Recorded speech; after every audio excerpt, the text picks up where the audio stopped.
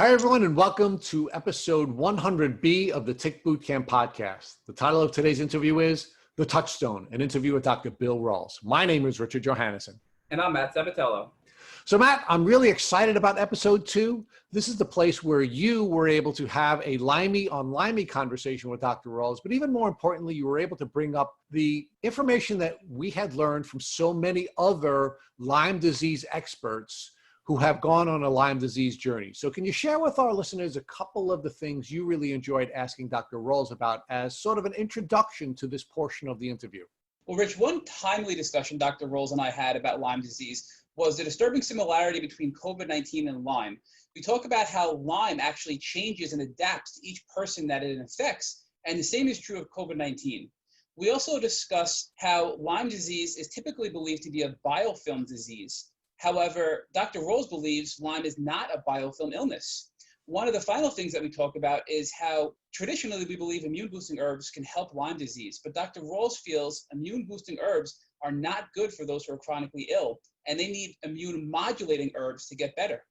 Well, Matt, without further ado, let's go to episode 100B in your interview with Dr. Bill Rawls. Dr. Rawls, you mentioned in a recent video you did that the coronavirus is changing as it goes from host to host to host, meaning the coronavirus that started in China is different than the coronavirus we have here in the United States today. So is that same theory true for Lyme disease, that the Lyme disease Borrelia bacteria from Otzi the Iceman times is different than it is today? Lyme disease adapts to every host. So the microbe that you have adapts differently to your body than it does for Richard. You know, every person has, and Stephen Butner did a good job of making this argument in one of his books, that virtually every person has their own strain of Borrelia. So every time a microbe enters a new host, it's trying to adapt to that host. And when I say adapt, you know, it's trying to get what it needs. You always have to go back and say, well, what does the microbe want? Why does it want to infect us? It wants to get our resources. It wants to get our stuff. To do that, it's got to get past the immune system to do it. So it's going to try to manipulate the immune system. But again, killing the host isn't always in the favor of the microbe, you know? I mean, if you kill your host pretty quickly, it's not going to get out and spread new microbes around. So there is an adaptation. So what we're seeing from, you know, this initial virus that entered the population is different from the virus that we're seeing now. And over time, now it takes a lot of time, but over time it will actually lose its virulence as it adapts better to a host. So as I mentioned, coronavirus, there are 3 strains of coronavirus that circulates around human populations virtually all the time. And that and a virus called rhinovirus are the most common causes of the common cold. That's a well-adapted microbe that is really successful. It's working well for the microbe, you know? It doesn't kill the host, it just makes us miserable, not enough to stay at home and have isolation. We get it out and spray it all over everybody we need, you know? And so that's a really well-adapted, successful host-microbe relationship. It's working really well for the microbe. It's not working so well for us, but it's not killing us either, and it's not enough to keep us in isolation. So this thing is threatening enough, it's not well adapted enough, so it is, it makes us sick enough and kills enough people that we say, ooh, we need to shut this thing down, it's bad. But this virus will adapt. How quickly it adapts, we don't know. You know, it may eventually have this thing that it just kind of blends in with the other coronaviruses that are causing illness, and it may attenuate over time. So we'll just have to see. But you know, there is a certain amount of pathogenicity in a particular microbe too. You know, we haven't seen that completely with influenza. we keep having new strains of influenza circulating in, and it's adapting to make sure that it spreads from host to host. So, but typical everyday influenzas that people have been exposed to generally don't kill people. A lot of people go to work with influenza, if you've got but now that we're living in this day of chronic immune dysfunction, I think more people are getting sick. You mentioned earlier that some doctors just treat symptoms rather than treating the underlying cause of their illness. We had a guest, Laura McLeod, who is now touting bee venom therapy as being an effective way to boost the immune system to fight back against Lyme and co-infections. What are your thoughts on using bee venom therapy to treat chronic illness? I think there's some thought, that's one of the things that when my recovery, I was looking at everything. I basically lost my job when I couldn't take OB call anymore. They asked me to leave the group, even though I'd helped found it, and I had to go start a practice. And I really didn't know what I was doing, and my health wasn't that good, and it was hard to make a living. And I really didn't have time to chase expensive therapies. So I developed a criteria system for looking at different therapy options. And it had 3 criteria. One was efficacy. Was there evidence, either, that could even be hearsay. Scientific studies were the things that pointed to the fact that it may be beneficial. What's the toxicity potential of that thing and toxicity of administration of that thing, and what's the cost of it?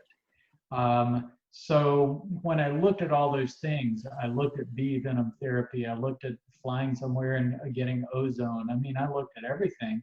And herbal therapy I kept coming back to because there were thousands of people that got benefit. There was good science showing that herbs had antimicrobial properties even at that time. The toxicity was extremely low, and it was cost effective, and I could bring it to me. So when you look at bee venom therapy, it does appear to have efficacy. There are many people now that have reported benefit with Lyme disease, autoimmune illnesses, various kinds of things. So I think it does have a potential for something that we put on the table. But I would put it in classify it more as a heroic therapy because the potential for harm is relatively high. People have died from bee venom therapy. People do have anaphylactic reactions, and maybe not very common, but it's not something that happens with herbal therapy.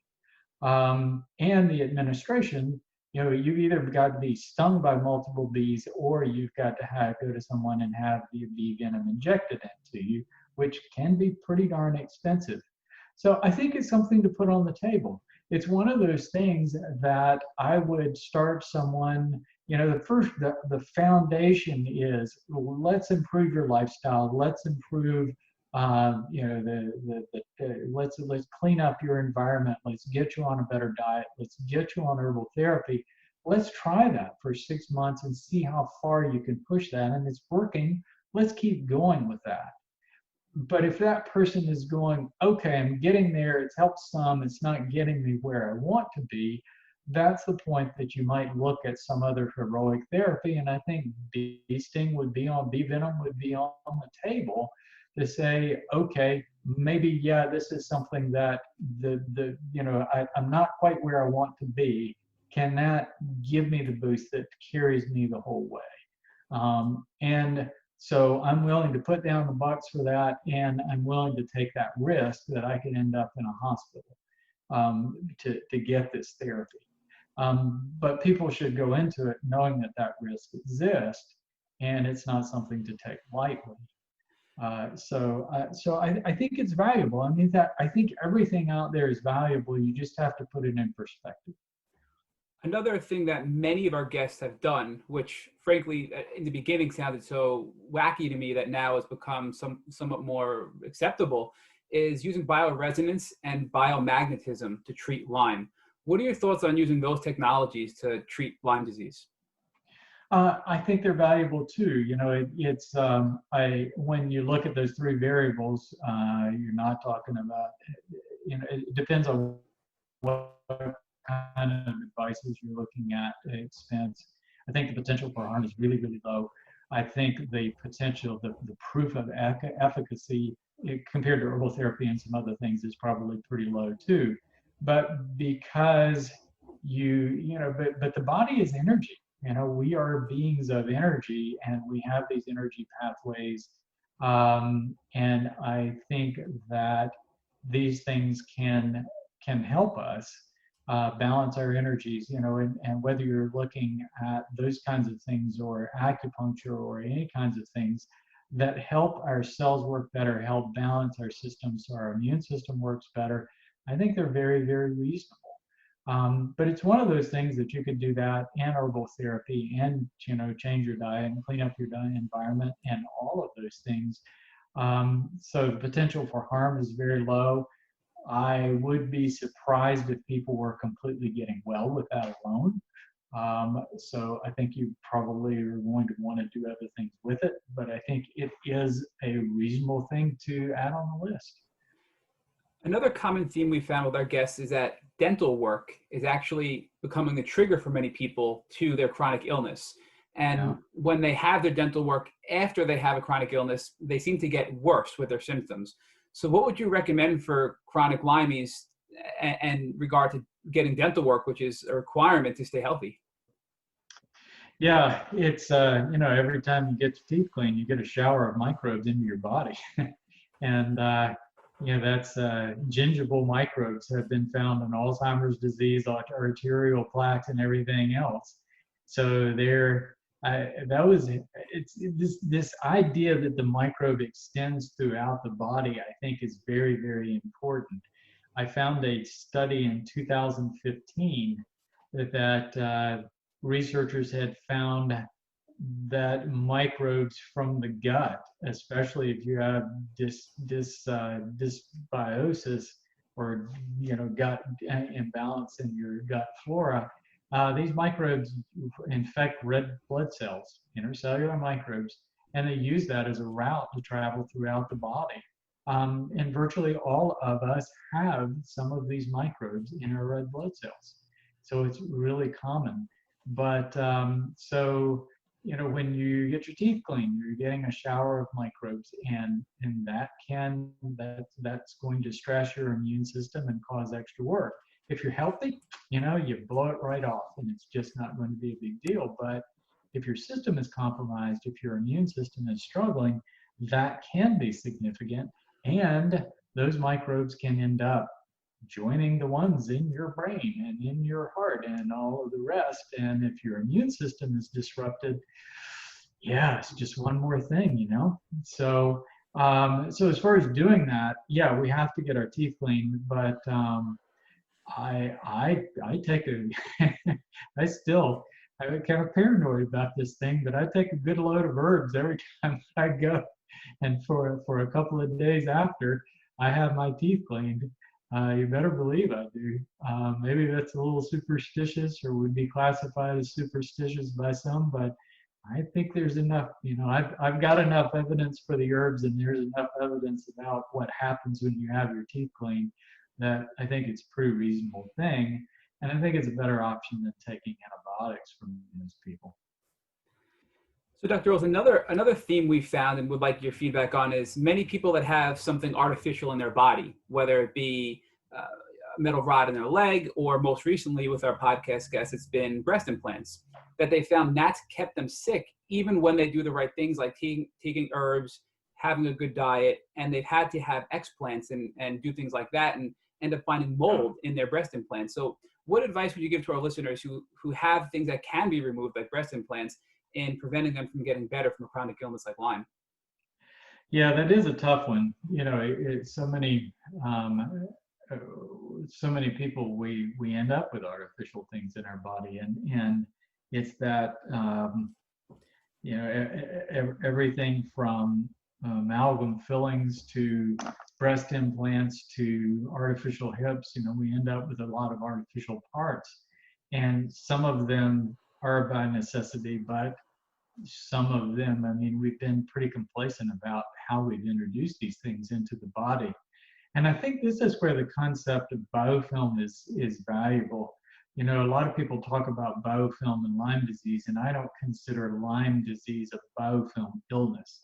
The symptoms of Lyme disease come from the microbes manipulating the immune system and the fact that these microbes are buried throughout the tissues in our body. But so biofilms occur on surfaces of things, and implants of any kind are surfaces that microbes of every variety, not just the Lyme microbes, but most microbes will set up colonies on these things, and then they shed out of these things, the biofilms, and spread through the body, and it's just more work for the immune system and more opportunities for microbes to invade. So it's not necessarily the biofilm is just harboring the Lyme disease. In fact, the Lyme disease microbes may not even be in there, but other microbes, Streptococcus and everything else, are getting in those biofilms and shedding into the body and having pathogenic effects, especially if the immune system functions are disrupted. It all gets back to the immune system, you know. So removing the implant can be a reasonable option if it's practical, but certain things like hip replacements and things like that, it's just not going to be practical. So I think you just have to do everything more intensely. You have to do the herbal therapy more intensely. You have to do things that get at that place. And you know, and joints are a place that we do have biofilms. You know, I mean, poor health.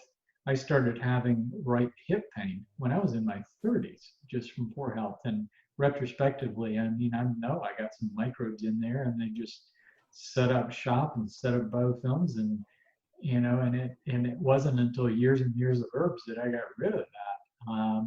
And when I was late 40s, I thought, no, you'll be having a right hip replacement by the time you're 50.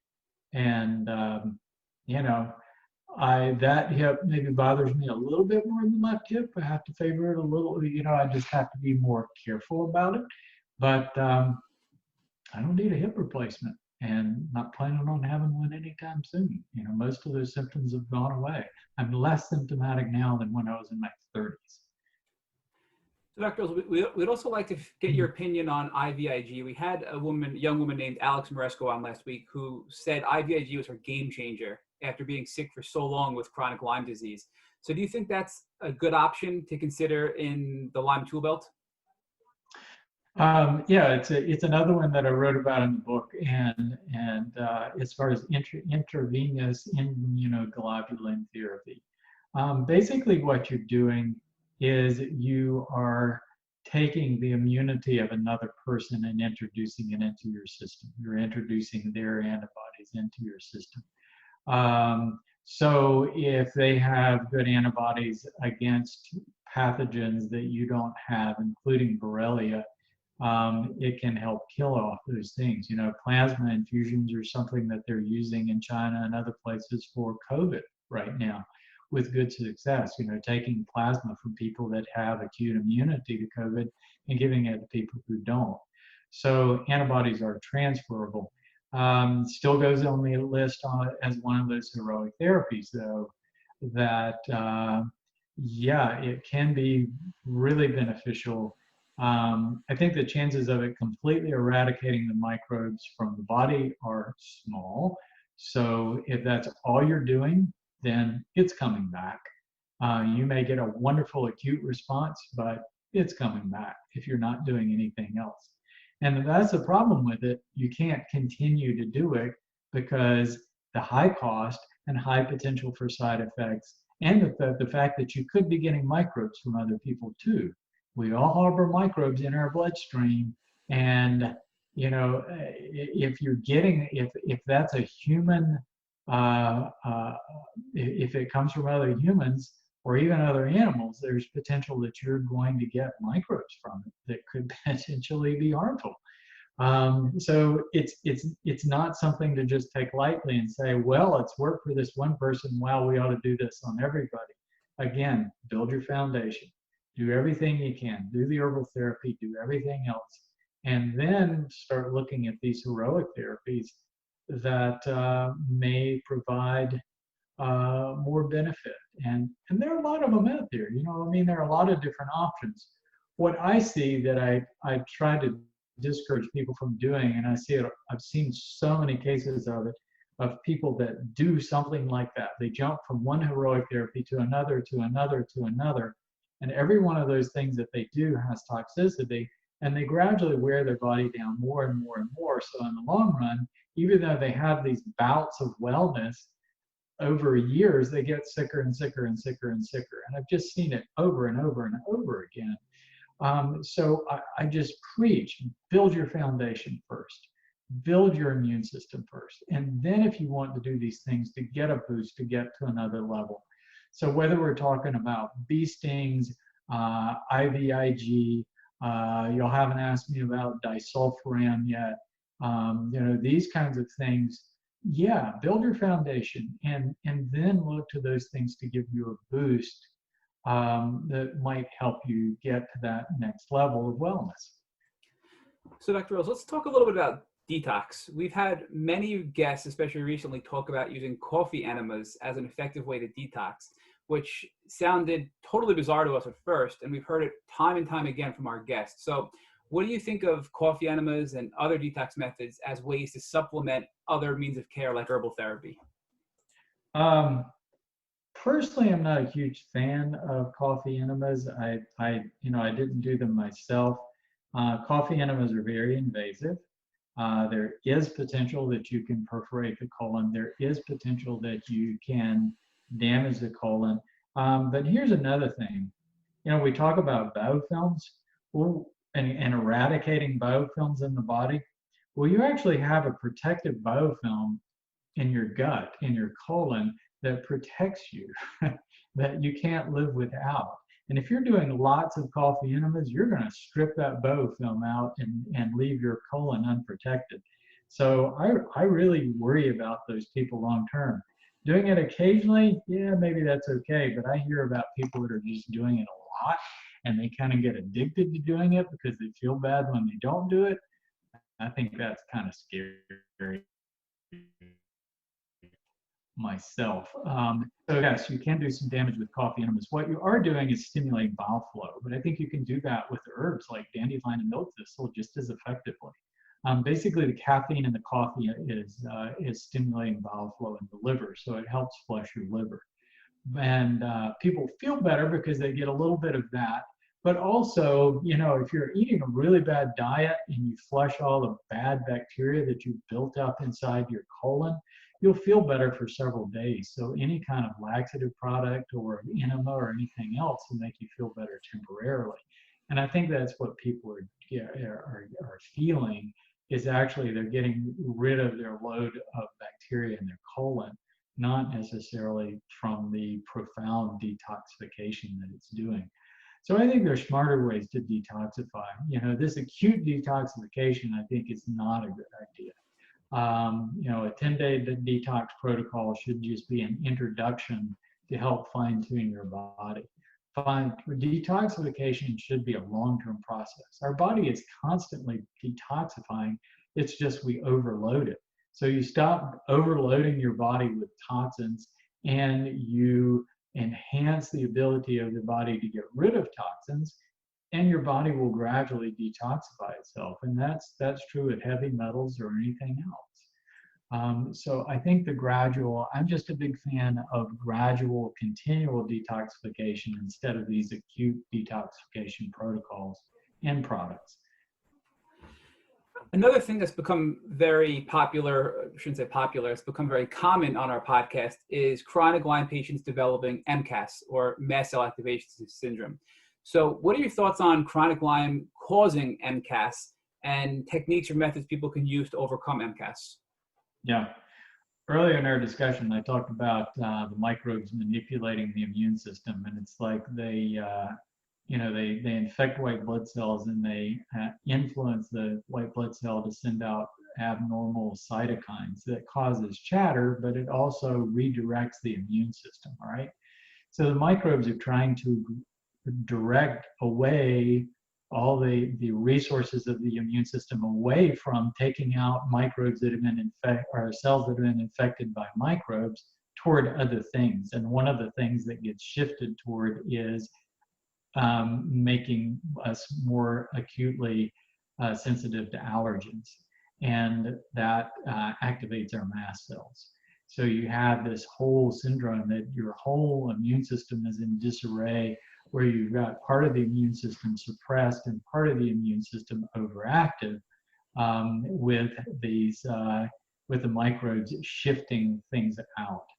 And that is so personally, I think that's what mast cell activation syndrome is. And we do see it in a lot of people. Short-term therapies like antihistamines and that sort of thing can be helpful. The frustrating thing I find is that a lot of people are sensitive to anything. They're sensitive to foods, they're sensitive to herbs. And it's just a very, very slow and delicate process for them to get back to that state of being able to take the herbs, of being able to eat normal food, of being able to live again. So, but I think it's the microbes getting the upper hand, and they're shifting immune system functions, and that's why we're seeing it in this thing we're calling chronic Lyme disease. Everything has a reason, and that has to be part of it, in my opinion. So, Dr. Rawls, there are other types of Lyme treatment that we would consider experimental, and some of which have had some people say that they worked really great, and other people say they haven't worked very well at all. One of which is called Lyme N. And we're curious to see if you've heard of it. We've had a guest, Christina Castley, try it, and she viewed this as being the saving grace. And then in the end, it didn't help, and it caused a real crash emotionally and physically for her because it didn't help. So are you familiar with Lyme N? And if so, what are your thoughts on it? I'm a little bit familiar with it. I've had trouble finding out about it, again, because I think Google is censoring everything. And it was really hard to find very much information about it. I try to be up on all of these things as much as I can. It appears to be predominantly some sort of mineral supplements, but it always bugs me. You know, I did find they don't really have a website. It's really hard to find any information about what it actually is. And anytime I have a hard time finding information, and people aren't transparent about what they're offering, that causes me to question something right up front. So if it's that good, tell me what it is. I think it is one of those kind of hit or miss things. I think some people probably will have benefit, others won't. But we have no really way of defining whether it's placebo or not, or what it is. So it sounds like the potential harm for it is probably pretty small. The cost is probably pretty small. But I think personally, I'd probably stick with my herbs. But I don't have any problem with people using it. Again, there's 3 criteria. Is there efficacy? What's the toxicity? What's the cost? Not much efficacy there that I could find.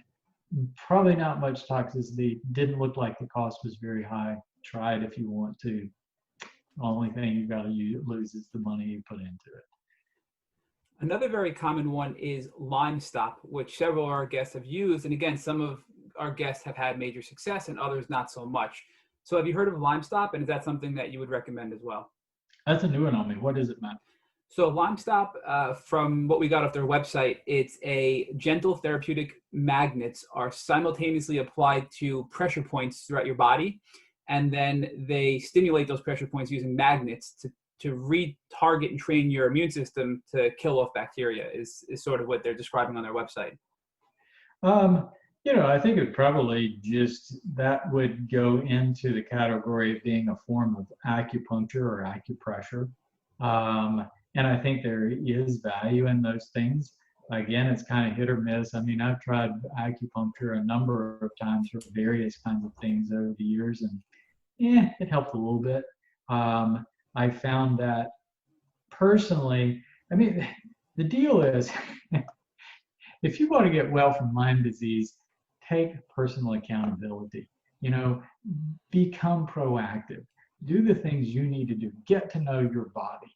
Get to know your body and do the things that your body needs to get well. everybody's out there scurrying around looking for somebody else to help them and somebody else to fix them. And there's always somebody there with a product waiting, ready to sell it to them, you know, and it's, so it's that thing of personal accountability. I mean, I you know, I got a little bit of value in acupuncture, but I found it to be very expensive. You've got to go for multiple treatments, and it's not comfortable. I started practicing qigong, and really learn qigong and learn how to move energy in my body and learn how to feel energy in my body. And you know, it works as well as acupuncture or anything else. It doesn't work as well as the herbs, but it does make me feel good, and I practice it regularly along with yoga. I think qigong is very valuable. So the magnet thing, you know, if you're balancing those energy pathways in the body, the energy meridians, then the body is going to work better. The body is a collection of cells. All the cells in the body have to talk to one another for the body to work, including all the immune cells. Things are disrupting that. Stress is disrupting it. Bad food is disrupting it. And the microbes are certainly disrupting it. So anything that we can do to reestablish communication between cellular systems in the body is going to allow our body to function better and fight off these different kinds of threats that we all have to deal with on a daily basis. Another hot topic, Dr. Rawls, in the world today is elderberry. And you recently did a video about elderberry and coronavirus, and you clarified some of the misconceptions out there about elderberry. But do you believe elderberry supplementation can have a positive impact on those suffering from chronic Lyme? I think it's one thing to throw in there. It's a really nice herb. It does tend to rev up cytokines a little bit more than some other herbs, or revs up the immune system. So astragalus, echinacea, elderberry, I think you've got to be more careful with acute Lyme, because what you're trying to do is not boost the entire immune system, but modulate the immune system. And that's the difference in some of these immune boosting herbs and the other herbs that we recommend that are more immune modulating, all right? So we've got a shift in the immune system, that you've got inflammation and overactive parts of the immune system like mast cells, but then you've got underactive immune cells as far as taking out the cells that are infected with microbes. So it's so I think the immune modulating herbs have a little bit more value chronically than you do with the immune stimulating herbs. Common cold, that sort of thing, I think elderberry is extraordinary. And elderberry is so nice because children like it. It's a great one for kids. So I tend to reserve elderberry for everyday chronic colds and flus, that sort of thing. And I think early stages of coronavirus, of COVID, elderberry is fine. I don't have any problem with it. It's just when somebody has, this virus has revved up the system. The war is so intensive that the cytokines that are the messengers being thrown around to the immune system are so intense that it actually becomes a destructive process. Then something like elderberry or echinacea, or probably even astragalus, could actually accentuate that and make it worse. So it's more the later stages of people who are really sick that I would worry about elderberry. So kids that have a mild infection, sure, elderberry is fine. So what are your thoughts about elderberry to help alleviate some allergy symptoms, whether it be from Mcas or just worsened allergies from chronic Lyme? I myself have tried elderberry, and I think it may have a positive impact on my overall seasonal allergies. Is that something that you think may just be psychosomatic, or do you think there's a real benefit there for elderberry to help with allergy relief? It's probably hard for me to answer that question, because elderberry wasn't a primary herb that I use in my protocols. I mean, I learned about so many things from just using them directly in studying them while I was using them and seeing how they felt and seeing what I had a response to. And I took elderberry a couple of times, but didn't notice that much of a response with it. So I tend to reserve it more for viral infections and that sort of thing. But I don't, it hasn't been one that's been classically used for Lyme disease either, as far as the amount of evidence that we have out there. There's so many good herbs that people have been using for a long, long time. And I'll have to give Stephen Booner a lot of credit for that. I mean, his book in 2005, Healing Lyme, started setting a standard of the value of herbs for Lyme disease. And I think people like me and many others have built on that. But now you've got this kind of economies of scale of thousands and thousands and thousands of people that have been using certain herbs that have found results. And now you've got studies like the ones coming out of Johns Hopkins and others that are showing the antimicrobial potential of these herbs. So we're accumulating more and more and more evidence for certain herbs for Lyme disease, and elderberry is just not on the list.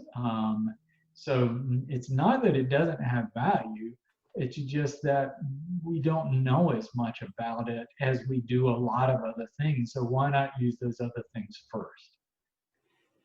So let's talk a little bit about mold and Lyme disease. Some of the questions we get in our DMs often and private messages from people that follow us now are, they think they may be suffering from mold sickness, but they don't know the best way to proceed, because is their home a moldy environment? Is it their workplace? Is it other places they're visiting?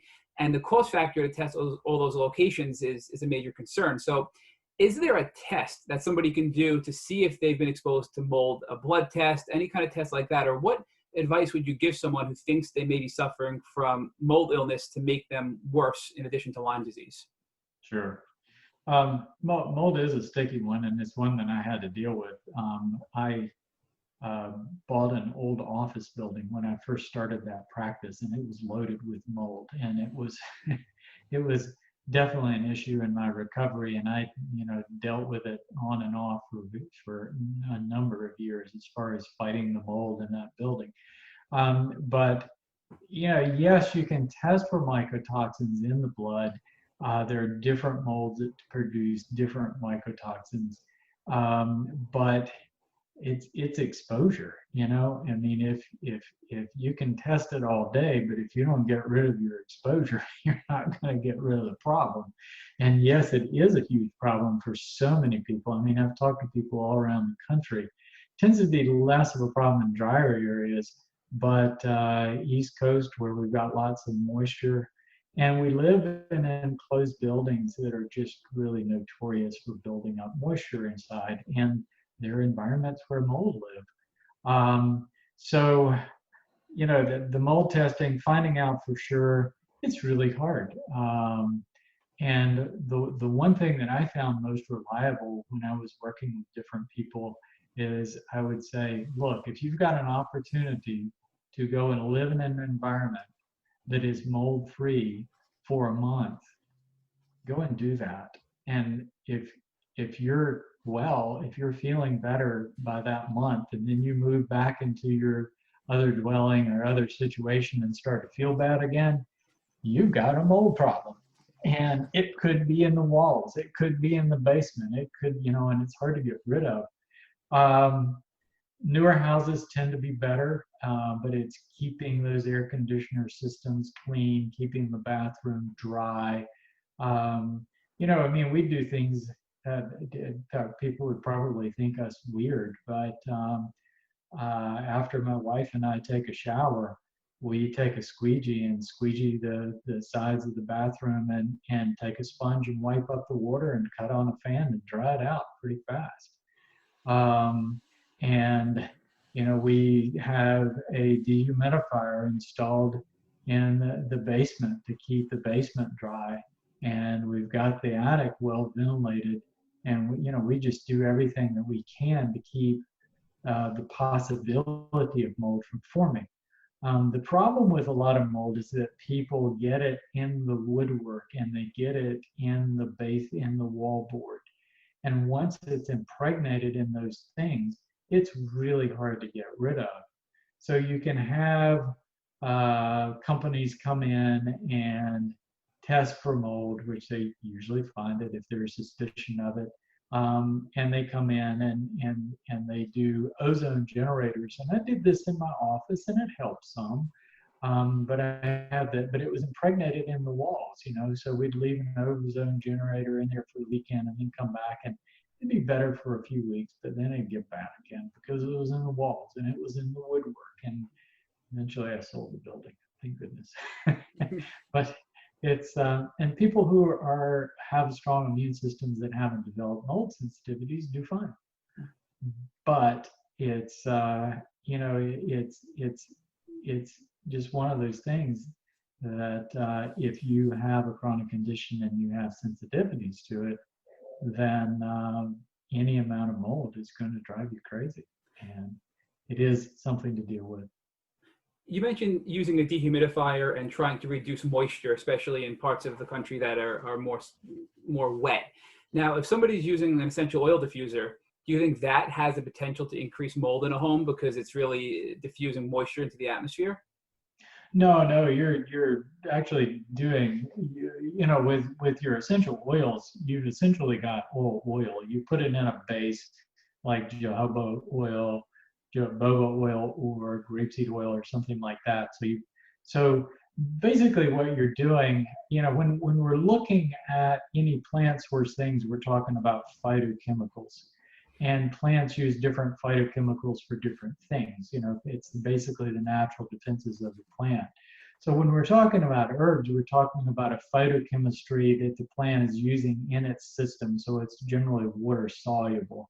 So there's some fat soluble components. So when we do an extraction, we use water and alcohol to get herbs. When you're talking about essential oils, not all plants produce essential oils. So it's actually, it's a repellent for bacteria and insects that the plant installs little vacuoles or blebs in the leaves and in the stems that when an insect comes along, it releases that. So it's an oil base. So it's meant to be volatile. So when it's released, it carries in the air around the plant to protect the plant. And it's also meant to be something that, you know, the oil kind of stays around on the plant. So when you're talking about herbs and essential oils, you're talking about two different types of phytochemicals that different plants are using different ways. So the essential oils are a little bit different. Because they're oil-based, they're a little bit more toxic, so certain ones you have to be more careful about. But they're they're terpenoids of different varieties of terpenoids in different kinds of combinations. So they're in oil, so you're actually blowing the oil out into the environment and not water. And they can displace mycotoxins in the air and reduce the mycotoxins in the air. They can kill mold, but I never had much results with them. They're not going to eradicate mold and wallboard and boards and things like that within the dwelling, but they may temporarily reduce it. One thing I found though is if you're using a lot of essential oils and diffusers, you can get kind of a greasy film around, you know, your stuff inside your home. So you have to be careful about that. But most of them aren't bad. It depends on the oils you're using and the type of diffusers and how much you're diffusing out there. But it can help displace mold toxins, and breathing those things in can be really good for us too, as long as it's not at a toxic level. So some of the controversial topics that are out there today in the Lyme world, which many of our guests have felt they've been impacted by and aren't really backed by any doctors at this point. Do you believe that Lyme disease can be spread from a mother to a child at birth? Yes, I think it is possible, and there is growing evidence that it has been more documented in literature. And over the years, all the numbers of families that I have seen with Lyme disease that I don't think that kids could have gotten it anywhere else. That being said, I don't think it's extremely common. When you look at microbes choose their preferential route of transmission. We've been talking about this coronavirus. It's fast and dirty. It gets in the lungs, it infects the lungs, and then causes you to cough and sneeze to spread so it can infect other hosts. So Lyme disease preferential way of transmitting is by ticks, and they get in the body and hang out and wait for more ticks to come along. A closely related spirochete or at least a distant cousin, syphilis, chose sexual transmission, and it very readily transmits through the sexual organs, and it definitely can affect pregnancies adversely. So the tale of two different spirochetes. One is spread sexually and definitely can cross the placenta. The other one has a preference for ticks and basically hangs around until another tick bites and then mobilizes to get on board that tick. That being said, they're all opportunists. They're all going to look for every opportunity. And, we're now finding coronavirus in hearts and brains and all through the body. So it's going to look for every opportunity to infect cells that it can.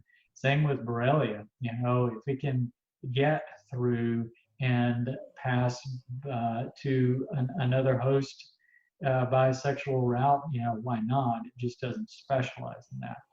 So the evidence is this: when you look at people with Lyme disease and you check semen samples and vaginal samples, you find very, very, very low concentrations or no concentrations of the spirochetes from Lyme disease, the Borrelia. Whereas syphilis, you would find them very readily.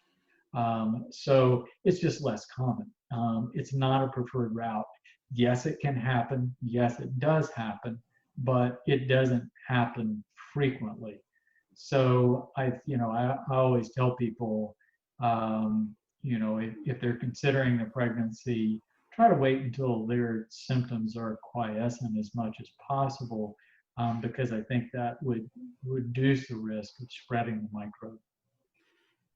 So putting aside the current times where pretty much everybody today is wearing a mask when they leave their homes, prior to this, many of our guests were telling us that they use things like Vogmasks when they go out in public because they are so immunocompromised. So moving forward, when the coronavirus pandemic is calmed down and we're sort of back to a state of normalcy, do you recommend people that are very ill and chronically ill with Lyme disease wear masks like Vogmasks to stay healthy when they go out in public? I think that's a possible consideration. I think we've crossed over into a new time, a new day. It's people are going to be thinking differently. Me personally, I think people have been historically way too complacent about spread of microbes. I mean, microbes depend on us being socially interactive, and that's always been true.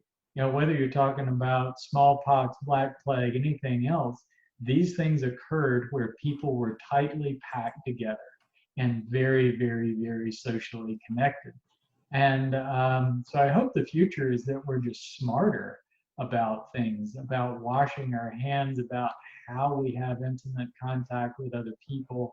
Maybe one day you'll be able to get on an airplane and not be squished together like a sardine with everybody else on there. It's how this plays out as far as sports events and concerts and everything else. Man, it's a hard one to figure out. But here's the deal. I think we're up to I'm not sure what the latest statistic was, maybe 20 or 30,000 deaths from coronavirus so far, right? And we've had 500,000 reported cases of coronavirus so far. So let's put this thing in perspective. So How many people do you think influenza has killed since October 1st of this year? Don't know. 54,000 people. How many cases of documented influenza have there been since October 1st? 57 million. Wow. Yeah. So we've been pretty complacent about these things. We've been spreading around. So even with a vaccine, we haven't eradicated influenza. And it still kills a lot of people every single year. The vaccine is only 50%, 57% good. And that's in a good year, all right? So I think we're really complacent about microbes in our immune system, and it's time for people to start paying attention and say, hey, you know, I need to be safe. I need to be watching my immune health and taking care of myself, and I need to be more thoughtful.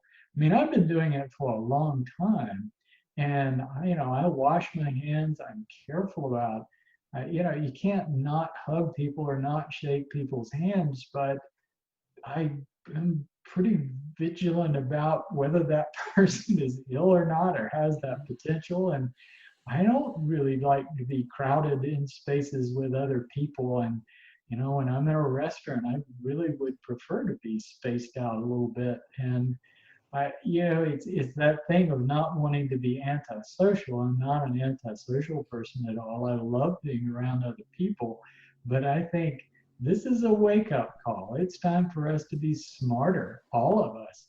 And maybe, there are certain people that should be really vigilant about wearing masks and that sort of thing, because we're hit by things all the time. It's not just coronavirus. It's influenza and so many other viruses out there. There are so many things that want to use us as a host that it's just remarkable. And they've always been there. And that's why you need a healthy immune system. So Dr. Rose, let's talk about collagen. What is collagen, and why is it important to protect collagen for people that are suffering with chronic Lyme? Collagen is basically just a protein, and it's an important protein because that's what supports everything in your body. You can think of it as just the structural framework that holds us together.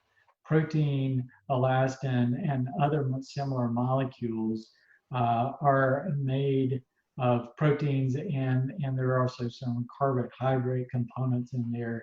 And it's the structure. It holds our cells together. It supports our skin. It holds our brain, and our brain is full of collagen. It is support for our muscles, support for our bones. So we're using collagen throughout the body.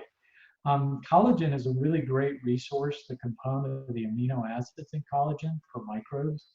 So microbes like Mycoplasma, Borrelia, they all like collagen, and they're manipulating the immune system to break down tissues so they can get at collagen, and breaking down cells so they can get at collagen. So your body can make collagen. I mean, if you had to depend on just dietary collagen, you wouldn't be around very long.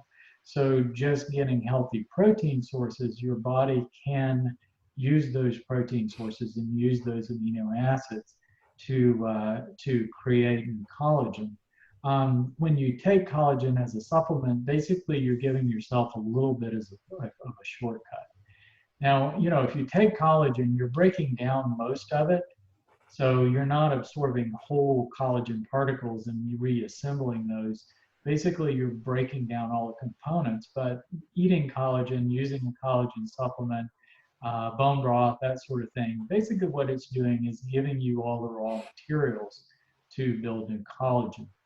Now, this thing that the microbes are just ripping our collagen apart and tearing us apart, it's not, the microbes are small, all right? It's, they're about 100 to 1,000 times smaller than one of our cells. So they're really small and they don't take much. So this thought of them munching on our collagen and just eating all of our collagen up isn't really accurate. It's the immune reaction that it's generating inflammation that's breaking down collagen, and that is increasing collagen turnover. So it's not necessarily the microbes are eating it, though I did have, I would sleep at night and wake up with these visual images of microbes munching on the collagen in my knees. But but it's more just the inflammation. It's a reaction to the collagen that's causing increase, or reaction to the microbes that's causing increased collagen turnover. And that's what the problem is, that ultimately, and so, yeah, taking collagen, I think, is a very reasonable thing to do. There's been an article that came out, I think, last week in the New York Post about high-dose vitamin C intravenously helping those with coronavirus. And that's been in the Lyme world for quite some time, that high-dose vitamin C can help people with chronic Lyme.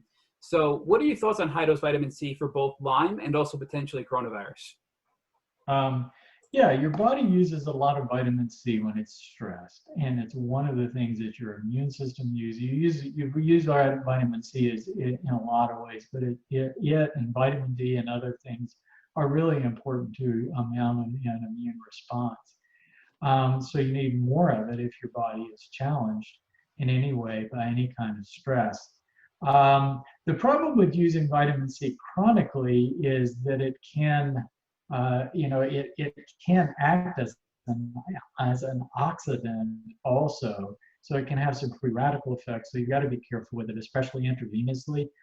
You can really burn your veins out if you're using chronically. It is pretty harsh, and it can be pretty harsh to the GI tract. So I typically used it more for acute situations. I would take more vitamin C when I was having a relapse, and I think it's a very reasonable thing to do with a viral syndrome of any kind. Working a primary care practice, I got exposed to cold things all the time, even when cold viruses and influenza viruses. And I can remember when I was in my 30s, just getting clobbered 2 or 3 times a year by a bad cold. I started the herbs, and just becoming an integrative physician and becoming holistically certified, I learned about some protocols and developed a protocol that, if I was exposed to something, as soon as I got just a little bit of a nasal irritation and throat irritation, I would start loading up on our product, Advanced Biotic, that has andrographis and garlic and all this stuff, and then reishi mushroom, and I would just take a load of that stuff, along with 1,000 of vitamin C every 4 hours, or every hour up until 4 to 6 hours. So I was taking a lot of it. You absorb vitamin C pretty readily. I think you get a more intense dose when you do it intravenously, but if you just take it, it can do a lot of good things. I typically take the buffered vitamin C, the ester C version, so it won't irritate my stomach. But it really hit home. There was a rat study many, many years ago that I saw that really put this in light, that primates and humans are the only ones that don't make vitamin C. And it's because we had it in our diet. It's kind of like the folates, we had it in our diet so much that we just gave it up. We still have the sequence of how to make vitamin C in our genes. We just can't get to it anymore. So we don't make vitamin C. Everything else makes vitamin C. And there was a rat study that they took a rat and they measured the level of vitamin C that it was producing on a daily basis. And it would be about the equivalent of a human taking 200 to 500 milligrams a day. So that's all for a non-stressed rat, right? So when they stressed the rat, when they really stressed the rat out, it ramped up its vitamin C production to the equivalent of us taking 21,000 milligrams a day. Wow. Oh, man. So, that really hit home that, hey, when we're stressed, we really burn some vitamin C. So, yeah, acute situations, I definitely take vitamin C. I've read studies that some are using up to 16,000 a day, which might be just fine. Again, I think at really high levels, you start getting into some toxicity as far as either burning out your veins or irritating your GI tract. So I don't see it as a long-term therapy. I think you do have to be careful with it. But short-term, it's good stuff. What are your thoughts about taking a lower dose, potentially 500 or 1,000 milligrams orally on a regular basis, just to keep your stay healthy and not get sick as often?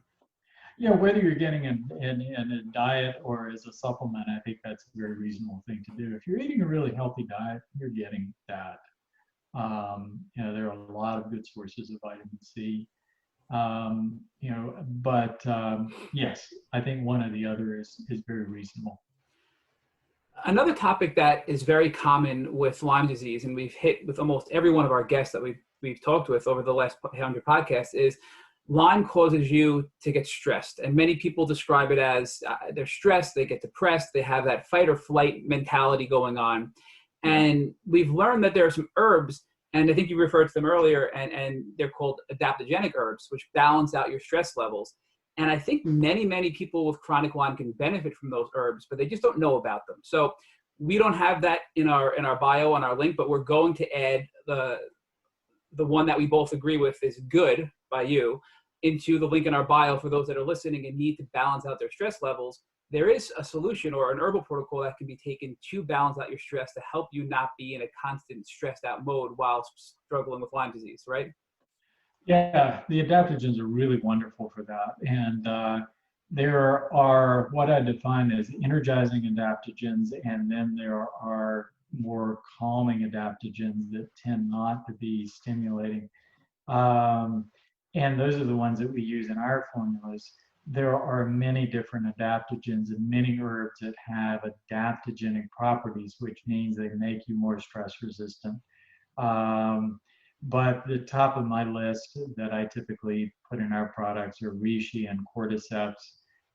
Chinese skullcap has some adaptogenic properties, as does andrographis. So even though some herbs aren't defined as a true adaptogen, they still have some of these properties. The first product I ever created was a product that I combined ashwagandha, which is a wonderful calming adaptogen, with theanine, L-theanine, which is an amino acid you find in green tea. And L-theanine competes with glutamic acid and exciting neurotransmitters in the brain. So it's not suppressing the GABA system, it's working on the opposite side of the table.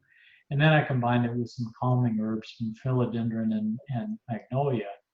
And that product is it's just wonderful. It just does so many great things for people. But ashwagandha, cordyceps, reishi. Cordyceps and reishi are technically medicinal mushrooms, but they aren't technically an herb, but they still are defined as adaptogens because of the properties that they have. There are many good adaptogens. You have to be careful of the stimulating adaptogens in Lyme disease. And when I first created our products, I put rhodiola and eleuthera in the products, and it was keeping a lot of people up at night. And so I ended up taking them out and putting some other calming adaptogens in there. So rhodiola, ginseng, eleuthera, really nice adaptogens, but they're energizing, as are many of the, so you've got to be careful with which adaptogens you're using in Lyme disease. Later, for good health, rhodiola is one of my favorites. I love rhodiola. It's a great herb, energizing adaptogens. And so when we're talking about the herbs, it's really interesting. I love asking that question, why, and then trying to figure out the answer. It's like, why do herbs have all these properties? Well, it's because the herbs are creating these things, using these chemicals to protect themselves against microbes, against various kinds of stress. And they're using them to balance all of their energies and balance their hormone pathways. And I think that's really interesting. So different herbs raised in different environments are going to have different properties.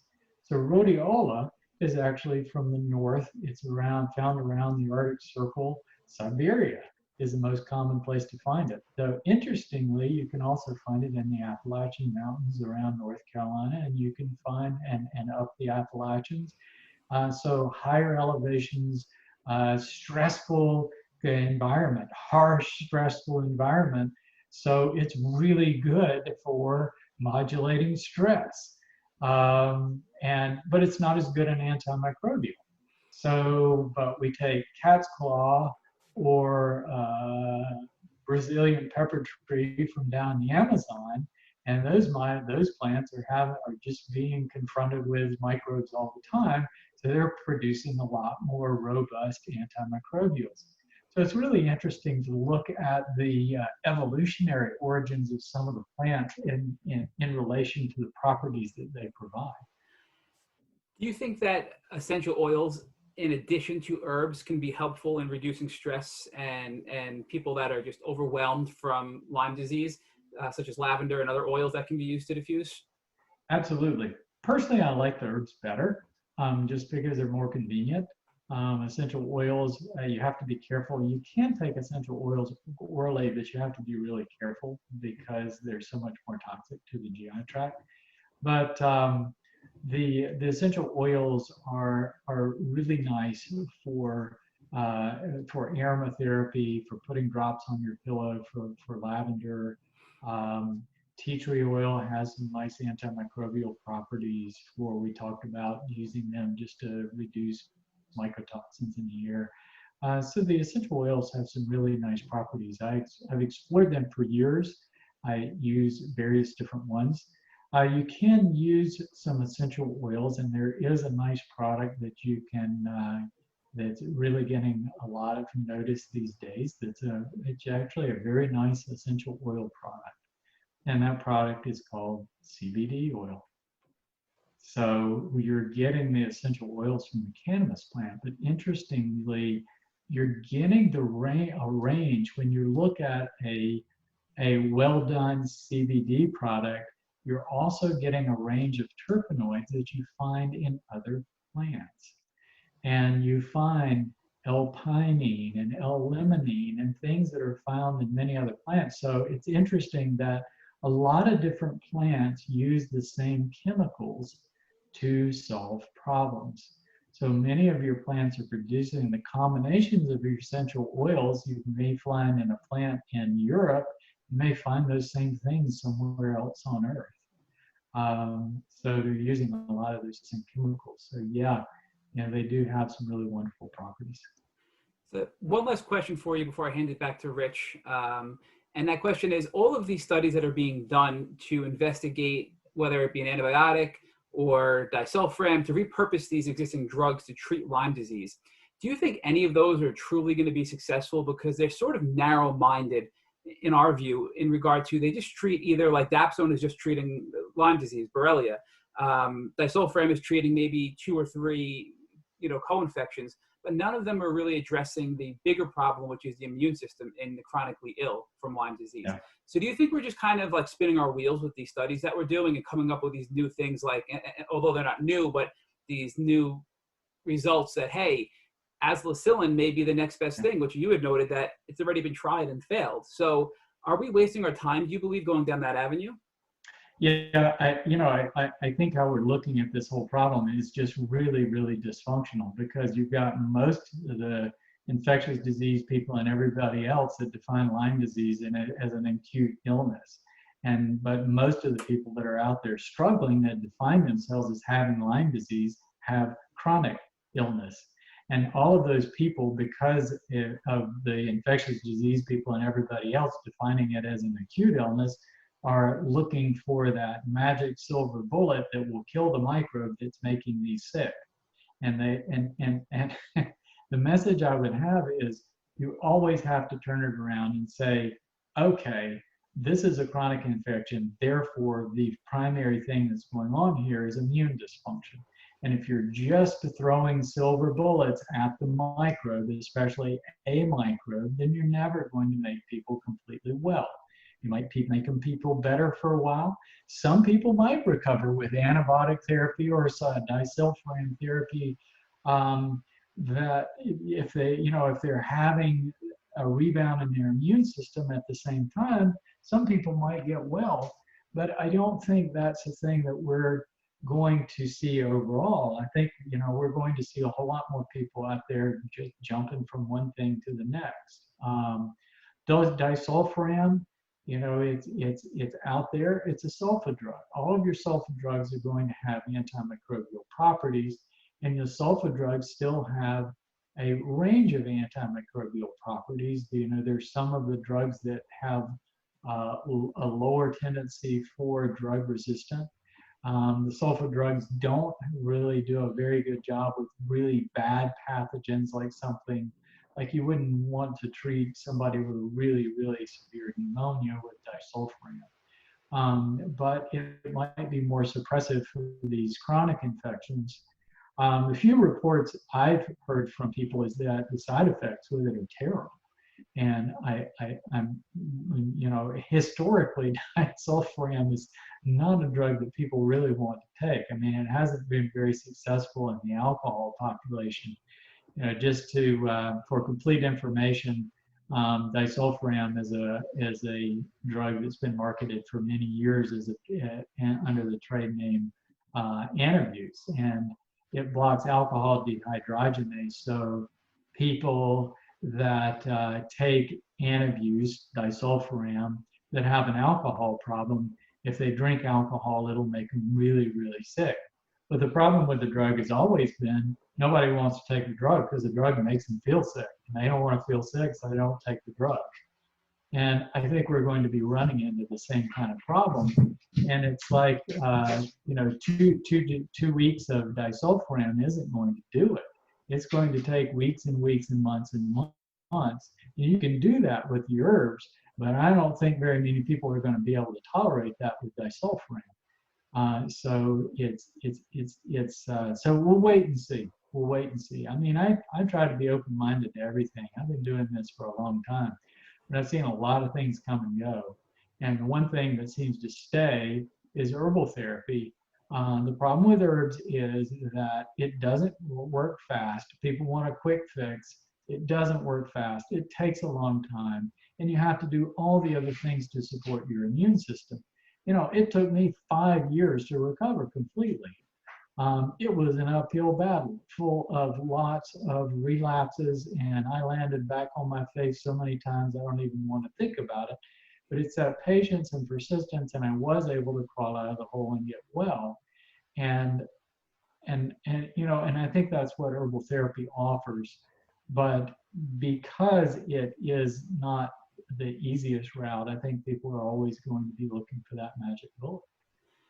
Well, Dr. Rawls, we want to thank you for your time. As you know, we are your biggest fans. You were one of our first guests when we started this podcast about a year ago.